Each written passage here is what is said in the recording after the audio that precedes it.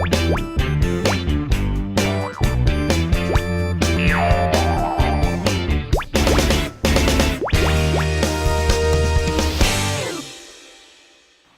welcome back, guys. Now, as before, we're discussing the issue of evangelism, and we've got into some pretty important discussion here. Now, I've got just a few more questions left, and I'll begin the discussion with this one. Is the Coptic Orthodox Church a serious option for non-Egyptians? And should we be evangelizing if Westerners can't truly be comfortable with the Coptic parishes? So what do you think, guys? Anyone have any discussions for it? It's such a tricky question because obviously we're such an overwhelming culture and not just like a church. Like, we don't just stop on Sundays. Our whole weeks, our whole lives, and everything that we do is consumed by our religion, by everything that we do. So it's really hard. Like, we need to, I think, be more sustaining how welcoming we are, or sustaining our evangelism, so that people are always feeling welcomed in the church. People are always feeling like they belong in the church. That's my opinion. I think though, like, sometimes I've observed that it's really difficult because we have such in the larger churches where there's maybe 800 families, to find that one person who's coming. So I think, like, if you are encouraging someone to come maybe on a weekday mass or something like that, because the Sunday is so overwhelming, it's so hard to maintain that welcoming. And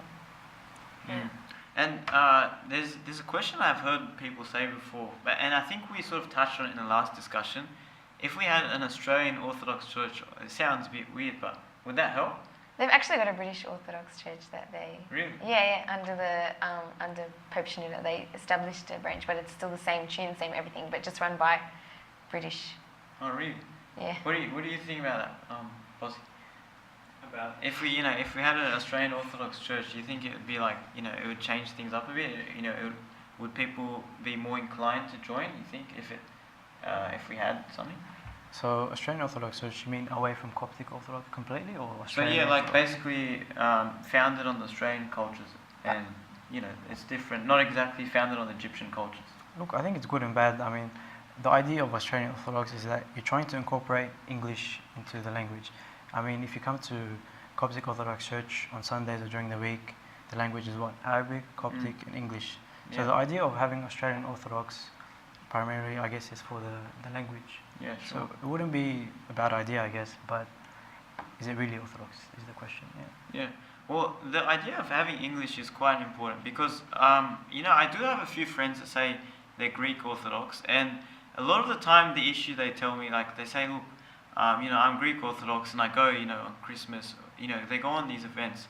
But at the end of the day, the reason why they don't attend the Sunday liturgy, for instance, is because simply because it's in Greek. And, it's a big barrier for many youth these days. They want to be attending something which they understand and they can interact with. And if you're attending, say, a mass which is completely another language, it obviously hinders your ability to grow and to be able to understand it. So, I think definitely in certain instances, it's good that the Coptic Church in Australia has been able to adjust to this and incorporate a large amount of English in the church. How do you think it's benefited you, Isaac, with the amount of English in the church? Well, for me, I do try to learn as much Coptic as possible, but sometimes I don't know what's going on. Yeah. Sometimes you don't know. Yeah, it happens. Yeah, you don't. You find yourself just singing along and you just don't know what's going on. You actually don't, and it sometimes confuses me. I love that there's English. I can praise wholeheartedly. I'm not reciting. And that is a major problem that one of the fathers, I've actually discussed this with him, he was telling me many people just recite, but they are still practical atheists. They're still atheists inside, although they might just say a couple of hymns here and there, but inside they're not truly, praising, and understanding. So I think for me, it most definitely allowed me to most understand and wholeheartedly praise God within the Mass, and I could just focus and praise in my language that I grew up with. And me personally, I was born in New Zealand, so I've always been accustomed to the, English. Yeah, well, that's good. I mean, it is true. Like, sometimes, obviously, when you have another language, it's another step for your mind to obviously process, and that extra step may lose your focus on Christ. And I think in the Mass, you want to have as little barriers as you can, as much as you can, so that, you know, you're not focused on the language, but you're focused on Christ. And yeah. I disagree with that, Andrew, sorry, because I think like there's something beautiful about Coptic and there's something beautiful about the traditions, and that's our responsibility to understand what's happening in the church. It's our responsibility to learn what's happening in the church, and it's our responsibility to understand so that when people do come, that we can explain to them. It's our responsibility to not just go there and recite, because even the words in English you can recite, you can say these things without concentrating, but are we really putting our whole heart and attention into the Mass? So I think it's about understanding, trying to build up knowledge and trying to learn as much as we can about God and about our faith and about our Mass, so that when people do come, that we can talk to them about it, or when we do approach people that seem like they are wanting to learn, that we can talk to them about it. No, I think what you say is right. I mean, yeah, maybe I might have been a bit, you know, overt in what I just said, but it is true that the Coptic culture is quite a beautiful thing, and it's something which I don't want to forget. For instance, I mean, I've been brought up like you, and you know, you guys as well in the Coptic Church, and it is, you know, a lot of the hymns are quite beautiful, and so now on to the next question. I know earlier that we discussed about actions, right? So what do you guys think that are important actions you can take to further your knowledge in Christ, so that you're able to evangelize a lot better? So you know, start from Bosley. I think there are two levels here, on the personal individual preaching and the church level. So whenever you find in history church evangelizes to a specific country, say Africa for example, I think you have to study the culture so you know how to answer any questions. So specific steps you would take is knowledge. You have to know something about firstly the culture and firstly about yourself as a religion. I guess it's the same with the individual basis as well. Okay. And I think of what I've observed is that when you are evangelizing to people, some people, they really know their stuff and they can really take verses out of context. So I think that's why knowledge is such an important thing, because you don't want to falter in that area. You don't want to be the person who falls, because then what are your... let me start again. I think the point I'm trying to say is that you really need to make sure that your foundations are strong. Because when someone does come and take a verse out of context or says one thing and catches you by surprise, you need to know that, you know, obviously what they're saying is wrong. Because I think a few of my friends, that's actually occurred to them. And you know, on one occasion, the other individual started taking a whole, you know, quote out of context. But luckily, you know, he was able to refute him and was able to say the right thing about Christianity. And you know, have you guys ever been facing that situation? I think it comes up a fair bit. But yeah, Isaac, Chrissy, is that well, I went to Penrith Selective, and within that, there was a lot of Indians and Asians, and most of them were Muslim. One time, a Muslim guy once came up to me and said, right now, if you can tell me why Christianity is true, I will become Christian.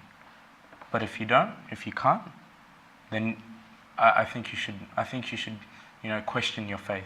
So you are faced with those challenges, and you're always faced with, you know, trying, but I think it's essential for you to be grounded, like Gabriella said. It's essential for you to know your stuff. You know, I think what's really good is reading the forefathers. I'm currently reading a book from Saint Augustine. He's got amazing stuff, and Saint Isaac the Syrian. If you keep reading them, you'll understand your faith a little bit better, and it's always going to go stronger and stronger and stronger, and you're going to understand it more and more and more. And through that, you can evangelize, you know, wholeheartedly, better, and you know, you could just connect with the other person if you know your stuff. Okay, go ahead. I mean, knowledge is important, but like, you know, let's look at Sunday school in our church hierarchy, for example. I've been in Sunday school for 6 years, or all the years I've been in Sunday school. How many lessons do I remember? Ask me, how many lessons do I remember? I mean, of course I remember some points. But what I remember is the love of the servants, maybe the activities we did in fellowship. So I think maybe we can take this in evangelism as well, with knowledge. If we just have that character of Christ, maybe that will... I think it's definitely twofold. So it definitely is the love that you show to others, because at the end of the day, what many people remember is what you do for them, and you know, the love that you show them. But as well, it also comes down to, if that individual really knew your love, right? Some people might, be able to accept that, but not everyone is the same. Other people are quite, rational in their thoughts, and other people, always think with logic. And so with these people, maybe they require a lot more discussion, a lot more debate. And so when you come to those sort of people, I think it's important to have a strong grounding in your knowledge in Christ. And what is quite beautiful about, say, the Coptic Church, for instance, is that it bases its teaching on the forefathers of the church, like you mentioned. And the key point when it comes to evangelism is that you evangelize based on what the church has taught you. And so you don't, a lot of the time, you'd hear evangelists say, I think this. And, I've probably done it before. I think everyone's done it. And a lot of the time you're saying, I think. But what is important to know is that, you think with the church. And, if your thinking comes from the church, then there's no way you're going to be wrong, because it has been, it's something which has been going for 2,000 years until now. And these are, some of the brightest and some of the best scholars of the church have thought of all these contemplations. And, it is quite, foolish sometimes to think that you're wiser than these people. So to ignore them is quite bad in itself. Well, Yeah. So, but what if they're influencing you? What if they actually influence you? What if when you're evangelizing, the person that you're trying to get to doesn't want to hear it? Not only that, is influencing you to not be to stop what you're doing and to not be the same. To not have that faith. What do you do then? I've listened to a sermon once, sorry, Andrew, that said, I think it was about Anthony on Mission 101, and he was saying you need to pray first of all that who you're approaching or who you're talking to has an open heart, because it could be the same as you talking to the chair, then you're not going to get any response. It's like God doesn't need, as I said this before, to bring people to the church. Like, you need to pray and pray that God opens doors and God brings people, or God gives you the words, or God opens up the knowledge, or whatever it is, whoever is talking to you, that they are connected, or you say something that reaches them, I think. I remember once I was talking to an Abuna about this, and I said, I find it so hard being in an environment where not many are Christians. I feel a very heavy burden, or not a burden, but responsibility to carry through as a Christian, to make sure that like everything I'm doing is for that. And he said something that struck me. He said, you don't have to like be talking about Christ all the time in that situation. He was saying that you never know, something that you may say may hit them 10 years later on. So if you see no change immediately, it's not that it's not effective at all. It's something that you may say that might hit them later on.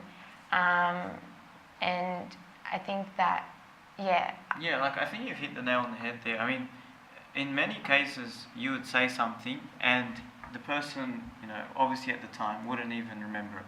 But maybe, 10 years down the track, 20 years down the track, it might come up. And I think that's mainly to do with your persistence in prayer.